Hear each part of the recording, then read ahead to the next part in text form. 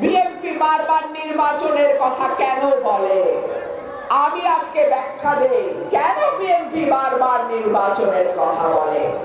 আইন শৃঙ্খলা পরিস্থিতি লক্ষ্য করেছেন কি অবস্থায় গিয়ে দাঁড়িয়েছে? হাইজ্যাক, ছিনতাই, রাহাজানি, বোম দিয়ে জিনিসপত্র ছিনায় নেওয়া, দিনে দুপুরে বাড়িতে বাড়িতে ডাকাতি করা, ঢাকা শহরে এটা এখন প্রতিদিনের ঘটনা হয়ে গেছে। রাজশাহীগামী বাস 3.5 ঘন্টা ধরে সেই বাসে ডাকাতি হয়েছে। আমাদের মোহাম্মদপুর, মিরপুর, সাভারের মতন এলাকাগুলো, উত্তরার মতন এলাকাগুলো সন্ধ্যা নামলে মানুষ এখন ভয়ে ঘর থেকে বের হতে পারে না। একটা নির্বাচিত সরকার যখন থাকে তখন প্রশাসন এবং পুলিশ তারা অনেক বেশি শৃঙ্খলাবদ্ধ থাকে।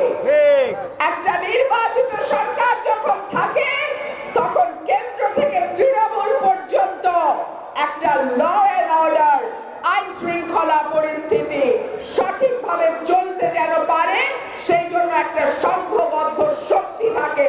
ঠিক কি ঠিক না?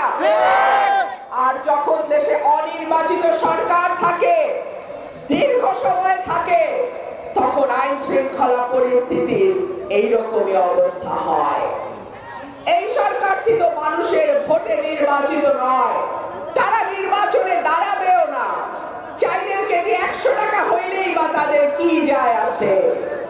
কিন্তু আমাদের মতন যারা সাধারণ মানুষ, আমরা যারা ভোটের আশায় আপনাদের দরজায় দরজায় ধাক্কা দেই, আমাদেরকে ভাবতে হয় জিনিসপত্রের দাম বাড়লে মানুষ আমাকে আর ভোট দিবে না। সেই জন্য একটা নির্বাচিত সরকারের এত দরকার। এই দেশের মানুষ এই দেশের মালিক, এই মালিকানা তাদের কাছ থেকে কেড়ে নেওয়ার চেষ্টা করবেন না। এর ফল কিন্তু ভালো হয় না।